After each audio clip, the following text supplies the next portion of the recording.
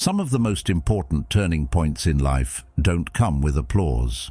They come in silence, when the plan collapses, when the message you needed never shows up, when the person you counted on walks away. It's in those hollow, sleepless moments where everything feels uncertain that something deeper wakes up in you. That's when you begin to see that strength isn't a trait, it's a decision.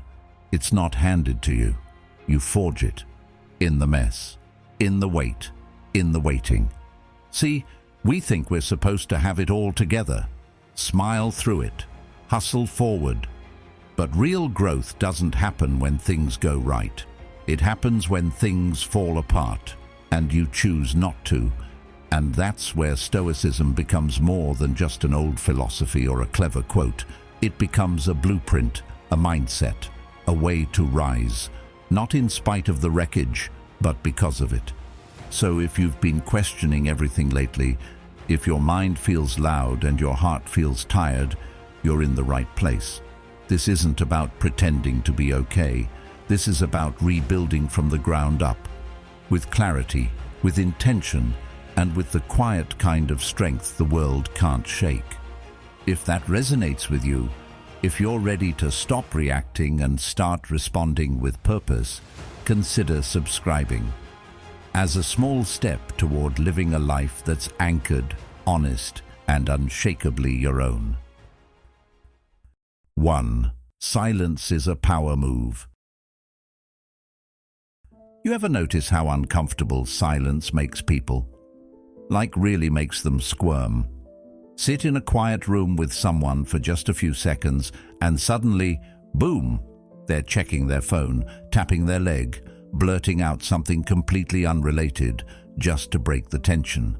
It's almost like silence has become this invisible threat we all agree to run from. But why?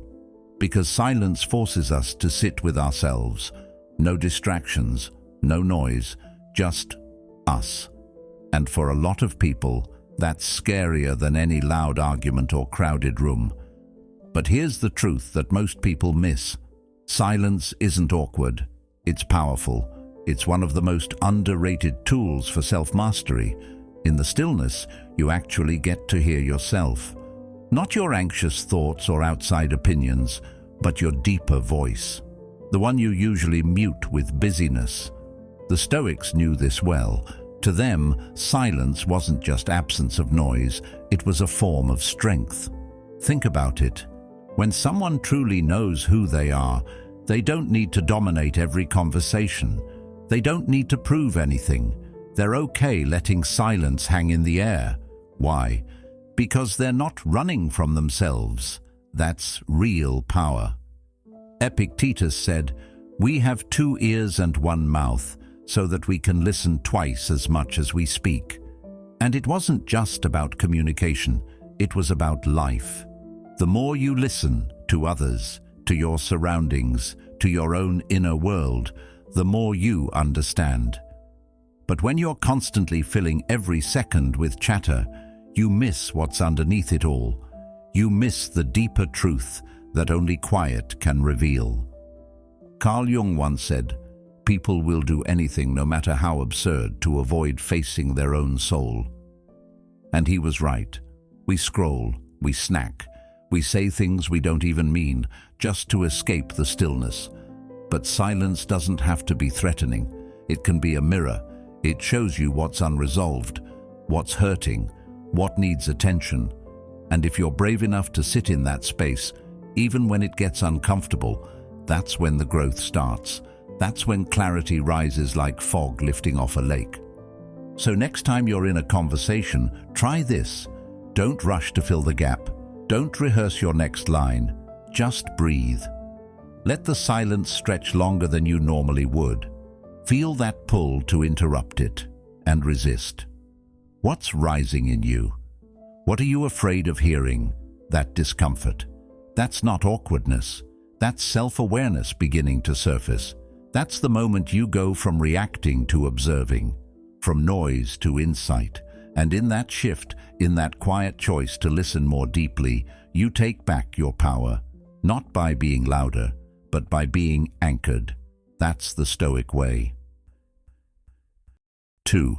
Failure isn't final, it's feedback. Failure has a way of shaking us right to the core, not just because something didn't go as planned, but because of what we attach to the outcome. We tie our worth to the job we didn't get, our identity to the relationship that fell apart, our confidence to the project that crashed, and when it all falls through, it feels like we're the ones falling. But here's something that Stoicism teaches, something most people never learn. Failure isn't the end. It's the mirror, a clear one. It shows you what you were holding on to that maybe you shouldn't have been. It shows you your hidden expectations, your unspoken fears, your need for control. And if you're willing to look, really look, it teaches you something no success ever could. The Stoics didn't treat failure like a problem. They treated it like a tool.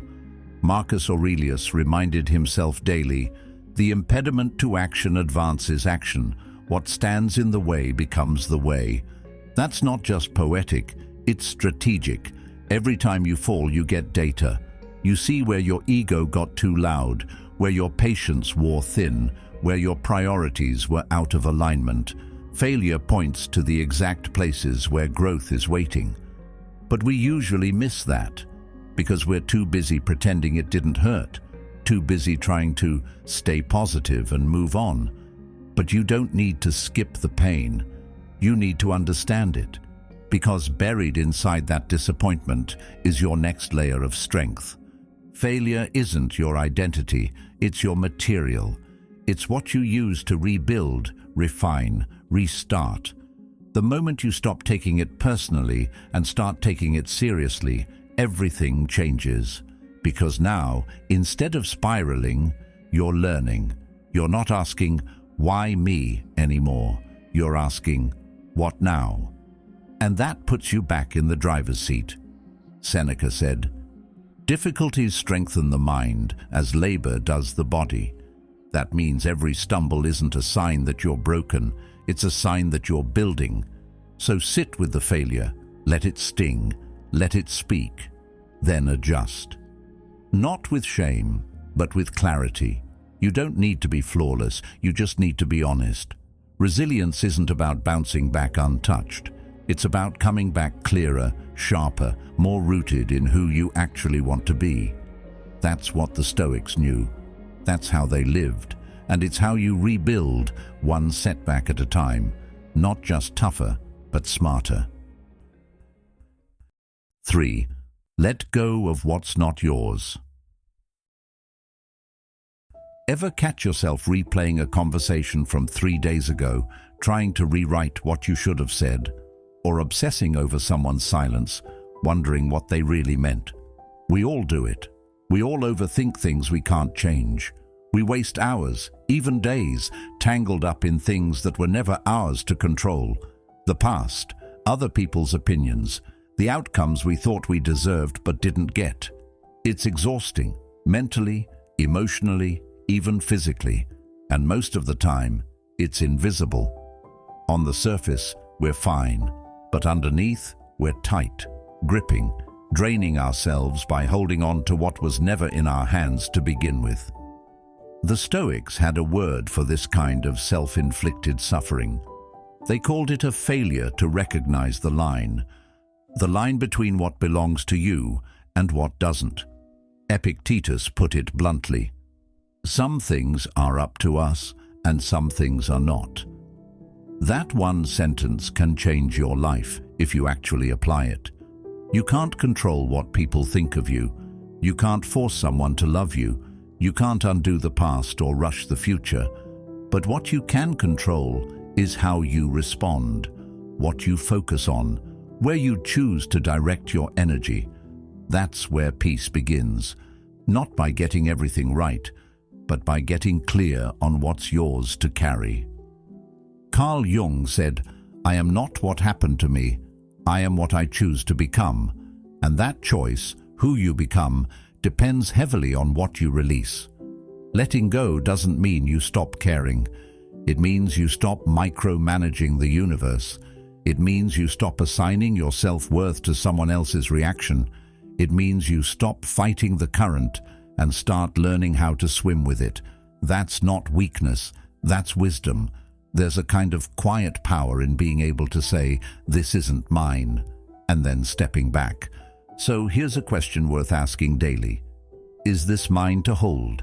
That worry you've been carrying, that judgment you took personally, that outcome you're gripping onto like it's your lifeline.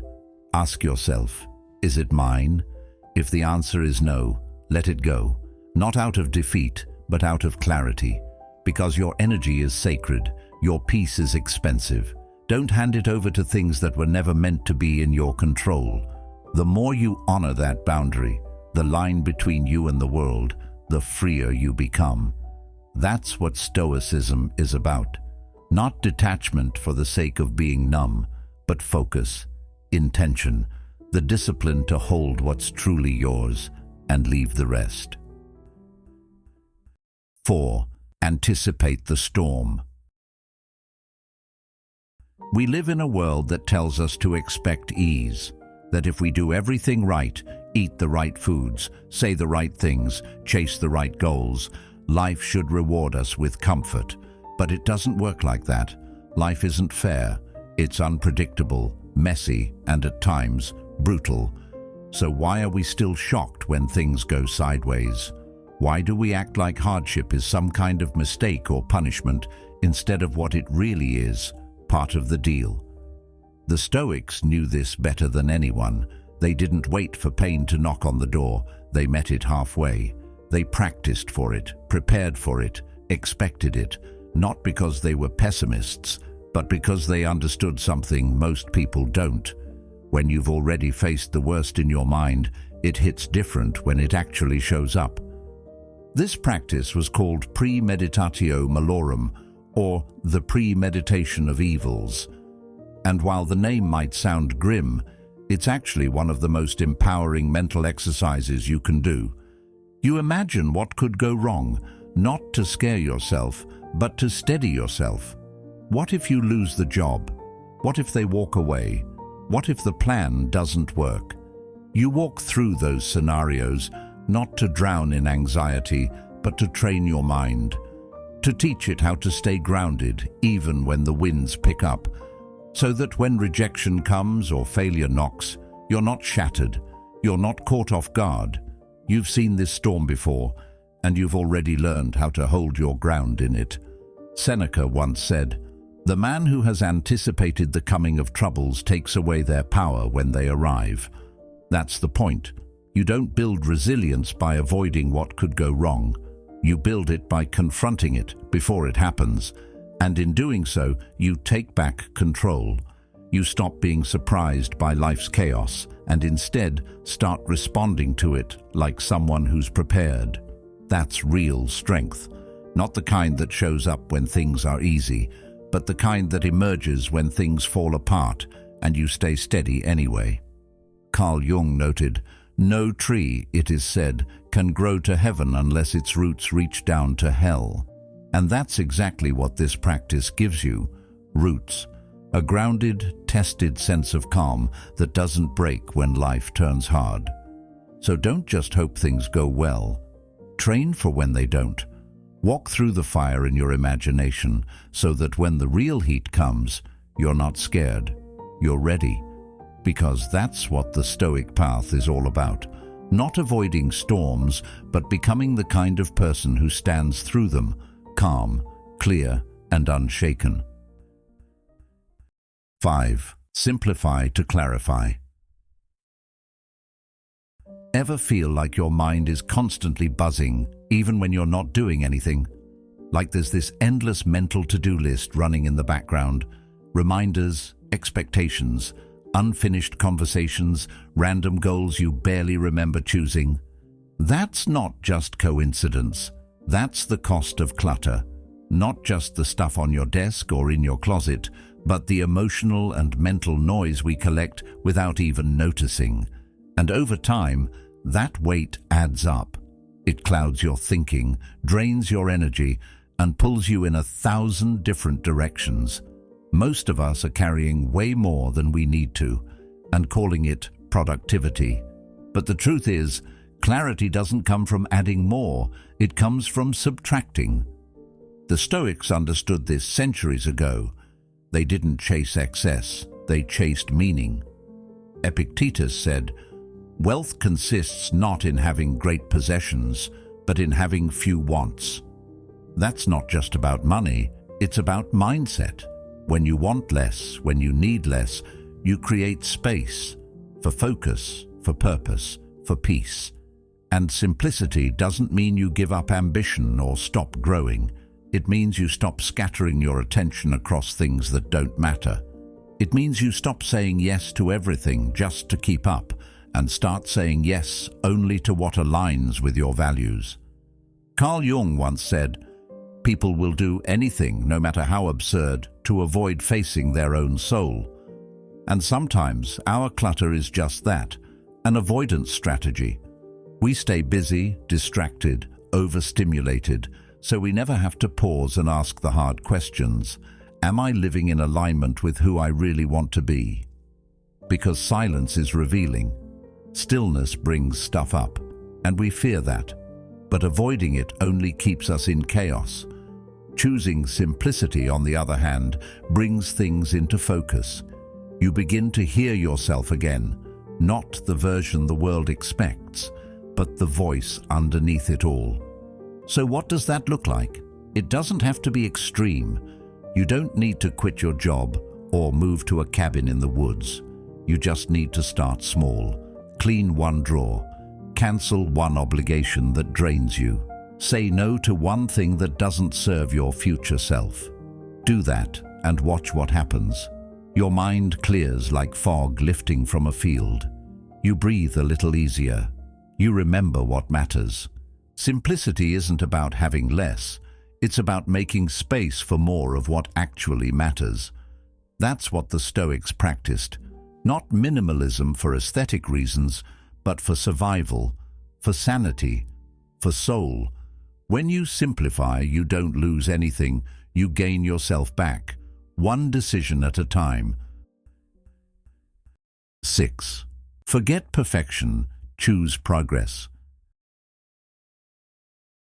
How many times have you told yourself, "I'll start when I feel ready"?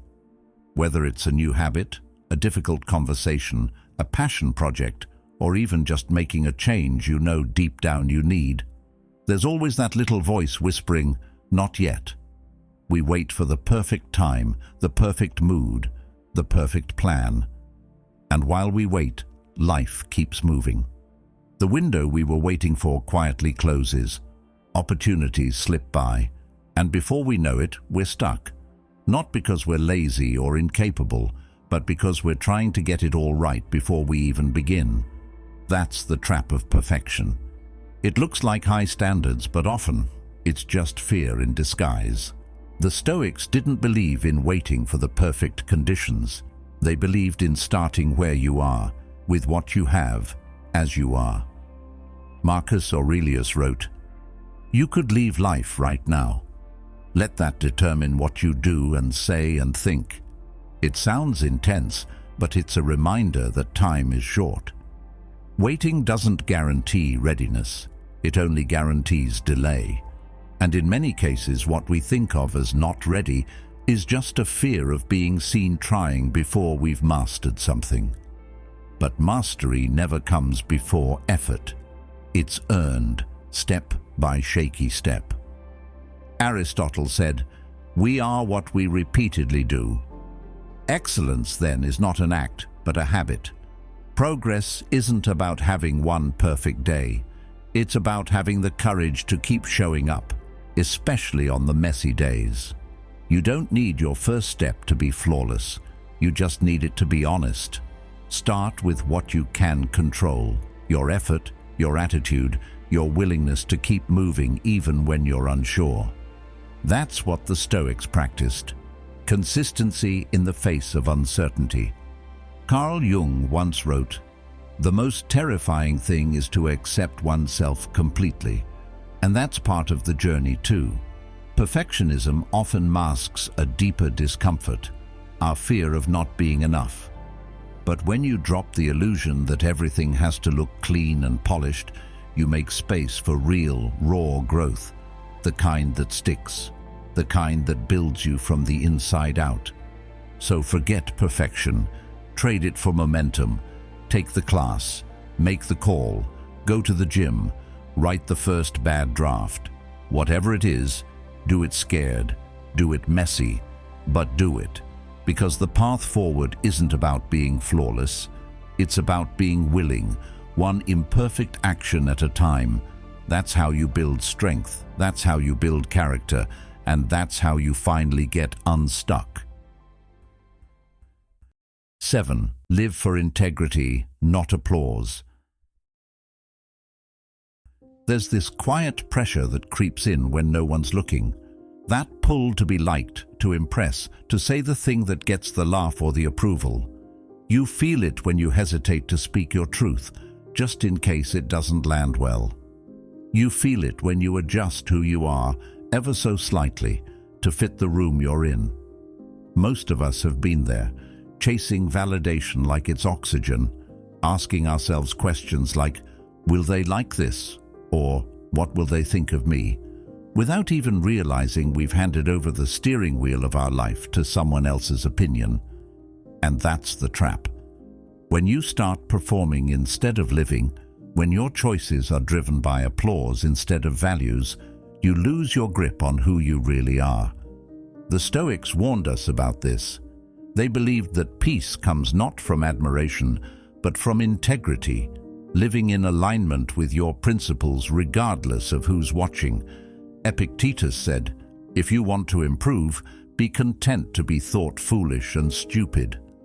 That's a tough pill to swallow in a world that glorifies image, but it's necessary, because growth rarely looks impressive. Sometimes it looks like setting boundaries that make you unpopular.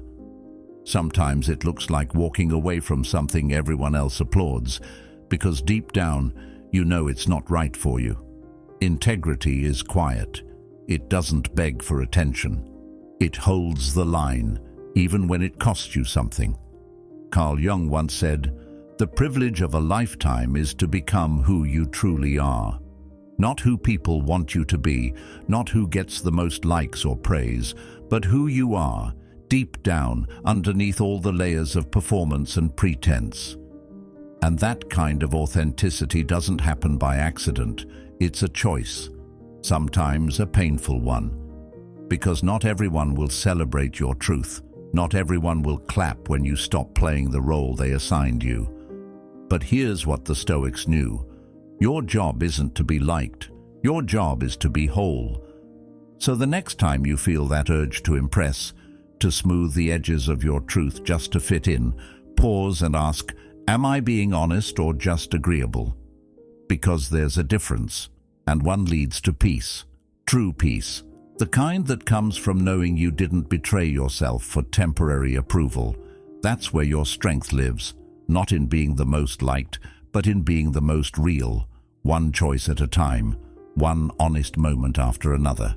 That's integrity, and that's where freedom begins. 8. Gratitude rewires everything. It's easy to get stuck in the loop of what's next.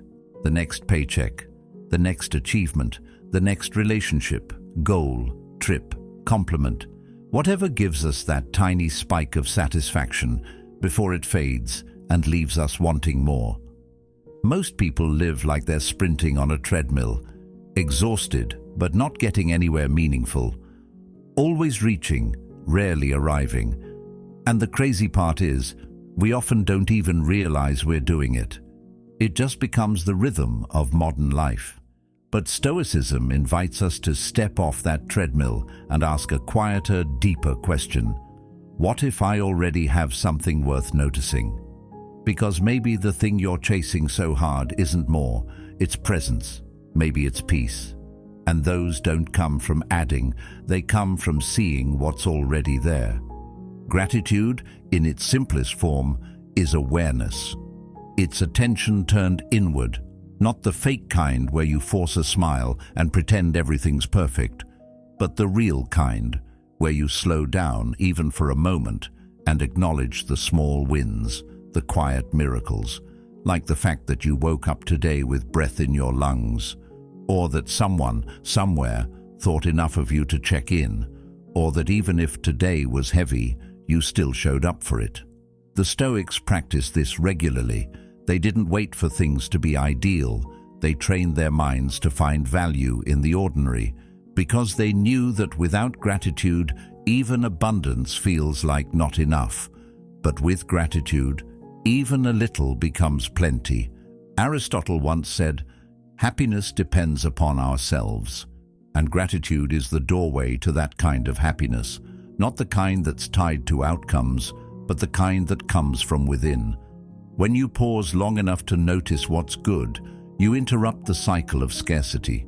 You remind yourself that your life is not just a waiting room for some better future, it's now, and now is where power lives.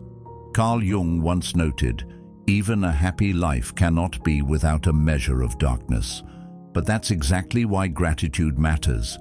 It doesn't ignore the dark, it balances it. It helps you carry it without being consumed by it. So here's a simple practice that can shift everything. Take 30 seconds, right now. Name 3 things, anything, that you're grateful for. Not because your life is perfect, but because even in the chaos, something still works. Something still holds. And the more you practice this, the more you'll see it. Gratitude doesn't just change your mood, it rewires your mind. It teaches you to live from fullness, not lack. And from that place, everything changes. Your energy, your relationships, your decisions. Gratitude doesn't just make life better, it makes you better at living it. 9. Stillness before action. There's this pressure we feel almost constantly to react right away, to respond instantly. Someone says something triggering and we want to snap back. Something unexpected happens and we want to fix it or run from it now. But here's the thing, not every emotion needs a reaction. Not every situation demands an answer in the moment. And more often than not, reacting fast is reacting from fear, not clarity. That's why learning to pause, to sit in the discomfort without immediately doing something about it, is one of the strongest things you can do for your mental and emotional health. Because stillness isn't inaction, it's preparation. It's the place where you choose rather than react. The Stoics understood this deeply.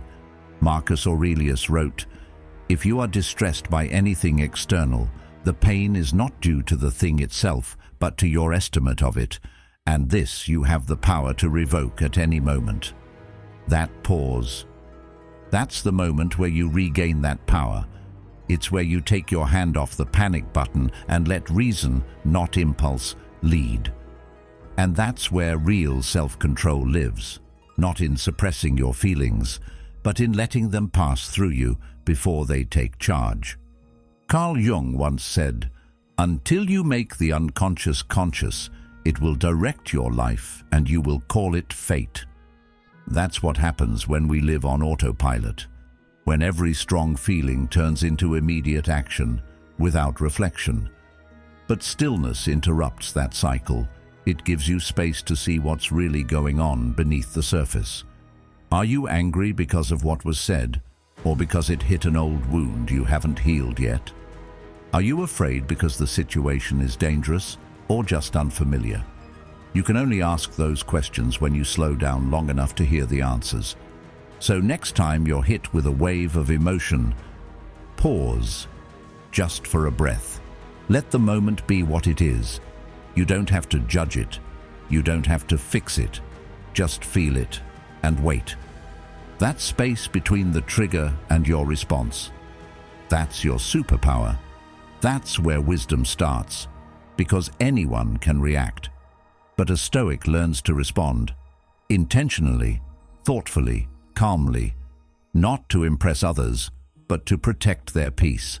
And in a world full of noise and urgency, that kind of quiet strength is rare and priceless. 10. Choose character over comfort. We live in a world obsessed with ease. Everything's optimized for comfort, faster delivery, fewer steps, less resistance. And don't get me wrong, comfort has its place. But somewhere along the way, we started confusing comfort with success. We started believing that the goal was to be as unbothered, as entertained, and as cushioned as possible. But comfort, when overindulged, becomes a trap. It lulls you into passivity. It quiets the voice inside that pushes you to stretch, to face discomfort, to grow.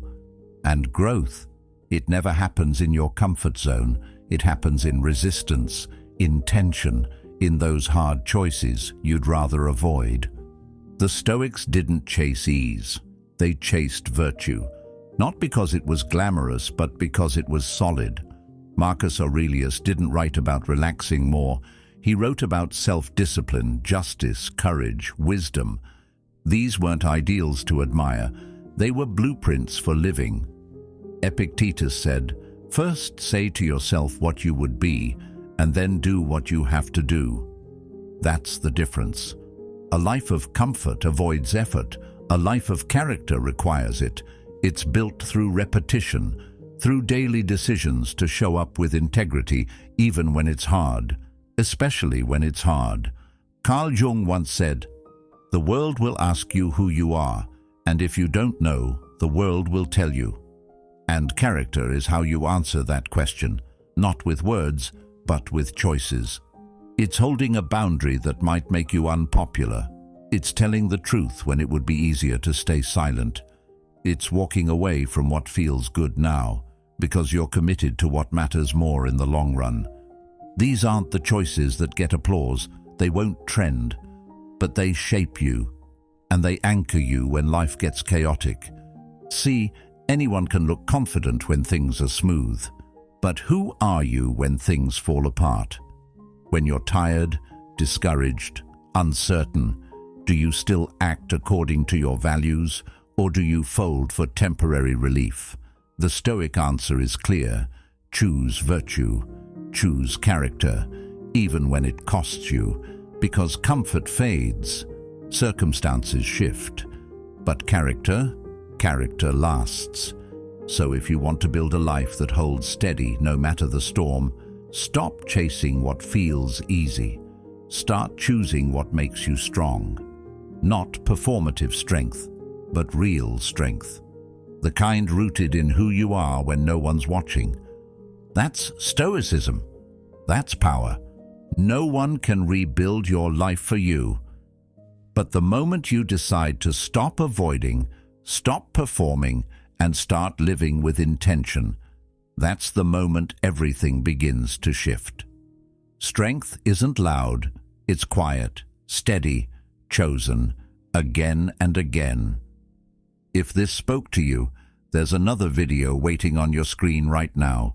One more step forward, one more piece of truth. Watch it and keep going.